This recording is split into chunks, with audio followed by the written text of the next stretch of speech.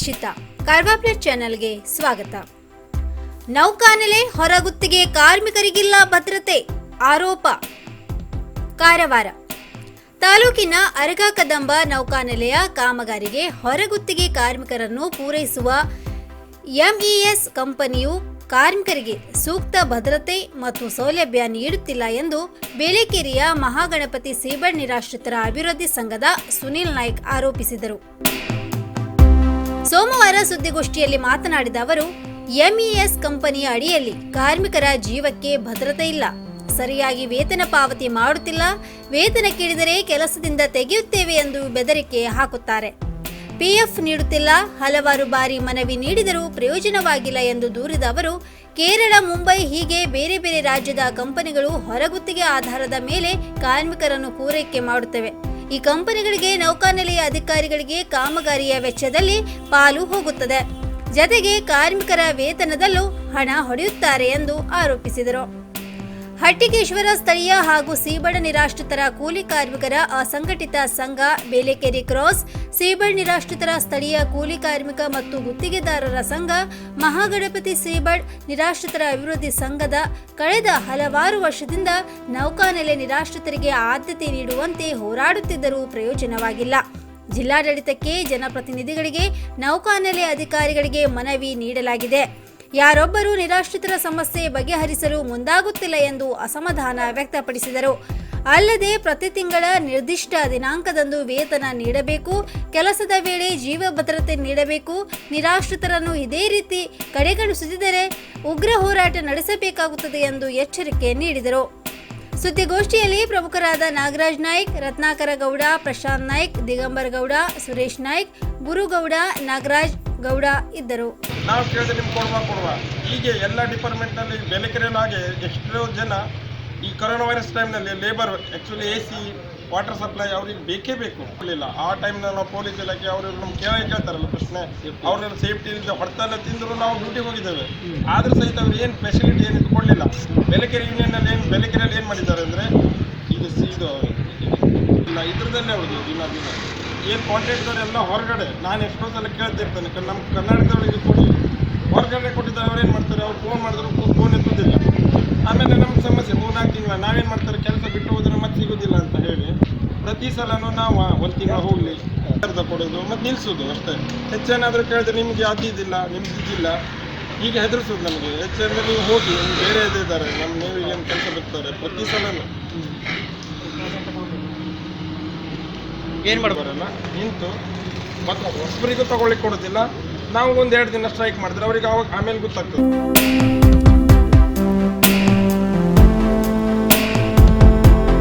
ಅಂಜದೀವ್ ದ್ವೀಪಕ್ಕೆ ಪ್ರವೇಶ ಕೊಡಿ, ಕ್ರೈಸ್ತ ಮುಖಂಡರ ಒತ್ತಾಯ.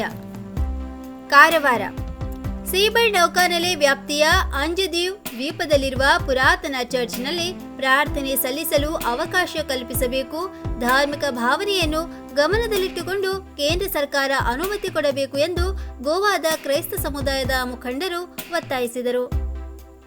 ನಗರದಲ್ಲಿ ಮಂಗಳವಾರ ಸುದ್ದಿಗೋಷ್ಠಿಯಲ್ಲಿ ಮಾತನಾಡಿದ ಕ್ಯಾಪ್ಟನ್ ಎಡ್ಡಿ ವೆಗಸ್, ಪೋರ್ಚುಗೀಸರು ಏಷ್ಯಾದಲ್ಲೇ ಮೊದಲ ಚರ್ಚ್ ಅನ್ನು ಅಂಜದೀವ್ ದ್ವೀಪದಲ್ಲಿ ನಿರ್ಮಿಸಿದರು.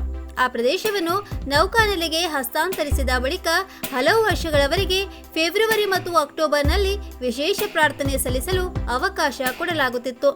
ಆದರೆ ಬಳಿಕ ಅಲ್ಲಿಗೆ ಹೋಗುವುದನ್ನು ನಿಷೇಧಿಸಲಾಯಿತು ಎಂದು ಹೇಳಿದರು. ಭದ್ರತೆಯ ದೃಷ್ಟಿಯಿಂದ ಜನರು ಗುಂಪಾಗಿ ಹೋಗಲು ಅವಕಾಶ ಕೊಡುವುದು ಬೇಡ, ಆದರೆ ನಿಯಮಿತ ಸಂಖ್ಯೆಯಲ್ಲಿ ಜನರು ಭೇಟಿ ನೀಡಿ ಪ್ರಾರ್ಥನೆ ಸಲ್ಲಿಸಲು ಸರ್ಕಾರ ಅವಕಾಶ ಕೊಡಬೇಕು ಎಂದು ಒತ್ತಾಯಿಸಿದರು. ಅಬೆಲ್ ಬೆರೆಟ್ಟೋ ಮಾತನಾಡಿ, ಅಲ್ಲಿನ ಚರ್ಚ್ಗೆ ಹರಕೆ ಹೊತ್ತುಕೊಂಡಿರುವ ಹಿರಿಯರಿಗೆ ಹೋಗಲು ಸಾಧ್ಯವಾಗುತ್ತಿಲ್ಲ. ಈ ಬಗ್ಗೆ ಪ್ರಧಾನಮಂತ್ರಿ, ರಕ್ಷಣಾ ಸಚಿವರು, ಗೋವಾ ಮುಖ್ಯಮಂತ್ರಿಗೆ ಪತ್ರ ಬರೆದು ವಿನಂತಿ ಮಾಡಲಾಗಿದೆ, ಆದರೂ ಅನುಮತಿ ಸಿಗುತ್ತಿಲ್ಲ ಎಂದು ಬೇಸರ ವ್ಯಕ್ತಪಡಿಸಿದರು. ಈ ಸಂದರ್ಭದಲ್ಲಿ ವಿಲ್ಸನ್ ಫರ್ನಾಂಡಿಸ್, ನೆಲ್ಸನ್ ಕುಟಿನೋ, ಟಿಗೋ ಡಿಸಿಲ್ವಾ, ಎವಿಡೋ ಪೆರೆಟ್ಟೋ, ಜಾನಿ ಲೋಪಿಸ್, ಅಲ್ಸಾವ್ ಡಿಸಿಲ್ವಾ ಸೇರಿದಂತೆ ಹಲವರಿದ್ದರು.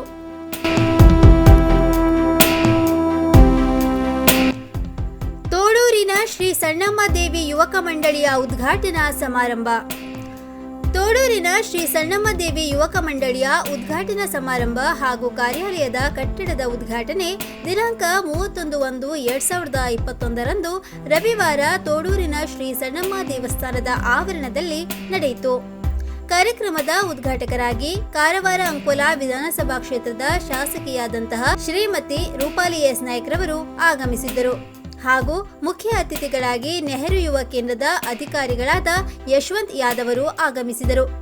ಹಾಗೂ ಕಾರ್ಯಕ್ರಮದಲ್ಲಿ ತೋಡೂರಿನ ಗ್ರಾಮ ಪಂಚಾಯತ್ ಸದಸ್ಯರಾದ Chandrika Chinchankar, Shrimati Karuna K Naik, Raghavendra R Todurkar, Shrimati Seema R Gungi, Shrimati Sushila U Ager ಹಾಗೂ ಊರ ಪುರೋಹಿತರಾದ ಜನಕಶಂಕರ ಜ್ಯೋತಿಷ್ಯ ಹಾಗೂ ಸಣ್ಣಮ್ಮ ದೇವಿ ದೇವಸ್ಥಾನದ ಅರ್ಚಕರಾದ ಉದಯ್ ಚುಡಾಮಣಿ ನಾಯ್ಕ್ ಆಗಮಿಸಿದರು.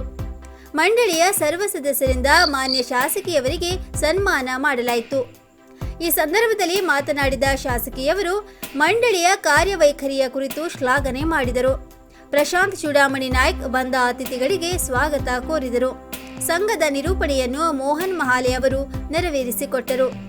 ದರ್ಶನ್ ನಾಯ್ಕ್ ಅವರು ಮಂಡಳಿಯ ವರದಿ ವಾಚನ ಮಾಡಿದರು. ಯುವಕ ಮಂಡಳಿಯ ಅಧ್ಯಕ್ಷರಾದ ಗಣೇಶ್ ತೋಡೂರ್ ಸಂಘದ ಪರವಾಗಿ ಮಾತನಾಡಿದರು. ಶಿವರಾಜ್ ನಾಯ್ಕರವರು ಕಾರ್ಯಕ್ರಮದ ವಂದನಾರ್ಪಣೆಯನ್ನು ನಡೆಸಿಕೊಟ್ಟರು. ಈ ಸಮಯದಲ್ಲಿ ಊರಿನ ನಾಗರಿಕರು ಹಾಗೂ ಸಣ್ಣಮ್ಮ ಯುವಕ ಮಂಡಳಿಯ ಎಲ್ಲಾ ಪದಾಧಿಕಾರಿಗಳು ಹಾಗೂ ಎಲ್ಲ ಸದಸ್ಯರು ಉಪಸ್ಥಿತರಿದ್ದರು.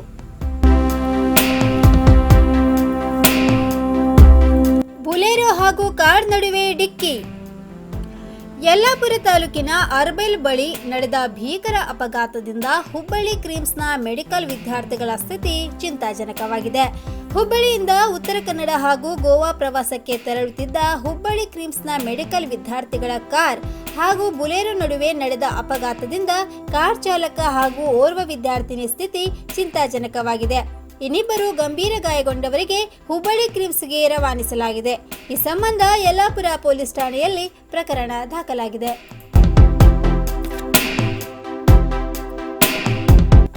ಸೇತುವೆಗೆ ಬಸ್ ಡಿಕ್ಕಿ, 6 ಪ್ರಯಾಣಿಕರಿಗೆ ಗಾಯ. ಯಲ್ಲಾಪುರ ಕೆಎಸ್ಆರ್ಟಿಸಿ ಬಸ್ ರಸ್ತೆ ಬದಿಯ ಸೇತುವೆಗೆ ಡಿಕ್ಕಿ ಹೊಡೆದಿದ್ದರಿಂದ 6 ಪ್ರಯಾಣಿಕರು ಗಾಯಗೊಂಡ ಘಟನೆ ಯಲ್ಲಾಪುರ ಹಳಿಯಾಳ ರಸ್ತೆಯಲ್ಲಿ ಡೌಗಿನಾಲಾ ಬಳಿ ನಡೆದಿದೆ. ಕಿರವತ್ತಿಯ ಇಂದಿರಾನಗರದ ರೋಸಿ ಕಿರಣ್ ಡಯಾಸ್ ಸಿದ್ದಿ, ನಿಶಲ್ ಮನುವೆಲ್ ಸಿದ್ದಿ, ಅಶ್ವಿನಿ ಲಾರೆನ್ಸ್ ಸಿದ್ದಿ, ಶಾಂತಾ ಮನುವೆಲ್ ಸಿದ್ದಿ ಹಾಗೂ ಕಾಳಮ್ಮನಗರದ ಫಕೀರಬಾನು ರಿಯಾಜ್ ಅಹಮದ್ ಗಾಯಗೊಂಡವರು. ಬೆಳಗಾವಿಯಿಂದ ಯಲ್ಲಾಪುರ ಕಡೆಗೆ ಬರುತ್ತಿದ್ದ ಶಿರಸಿ ಘಟಕದ ಬಸ್ ತಾಲೂಕಿನ ಡೌಗಿನಾಲಾದ ಬಳಿ ಚಾಲಕನ ನಿಯಂತ್ರಣ ತಪ್ಪಿ ರಸ್ತೆ ಪಕ್ಕ ಇದ್ದ ಮೋರಿಗೆ ಡಿಕ್ಕಿ ಹೊಡೆದಿದೆ. ಗಾಯಗೊಂಡವರನ್ನು ಆಸ್ಪತ್ರೆಗೆ ದಾಖಲಿಸಲಾಗಿದೆ. ಬಸ್ನ ಮುಂಭಾಗ ಜಖಂಗೊಂಡಿದೆ. ಚಾಲಕನ ವಿರುದ್ಧ ಯಲ್ಲಾಪುರ ಠಾಣೆಯಲ್ಲಿ ಪ್ರಕರಣ ದಾಖಲಾಗಿದೆ. ಇನ್ನು ಮತ್ತಷ್ಟು ಸುದ್ದಿಗಾಗಿ ಕಾರವಾರ ಪ್ಲಸ್ ವೀಕ್ಷಿಸಿ. ನೀವು ಯೂಟ್ಯೂಬಲ್ಲಿ ನೋಡ್ತಿದ್ದೀರಿ, ಸಬ್ಸ್ಕ್ರೈಬ್ ಮಾಡಿ, ಬೆಲ್ ಐಕಾನ್ ಕ್ಲಿಕ್ ಮಾಡಿ. ಫೇಸ್ಬುಕ್ ಪೇಜಲ್ಲಿ ನೋಡ್ತಿದ್ದೀರಿ, ಫಾಲೋ ಮಾಡಿ. ಧನ್ಯವಾದಗಳು.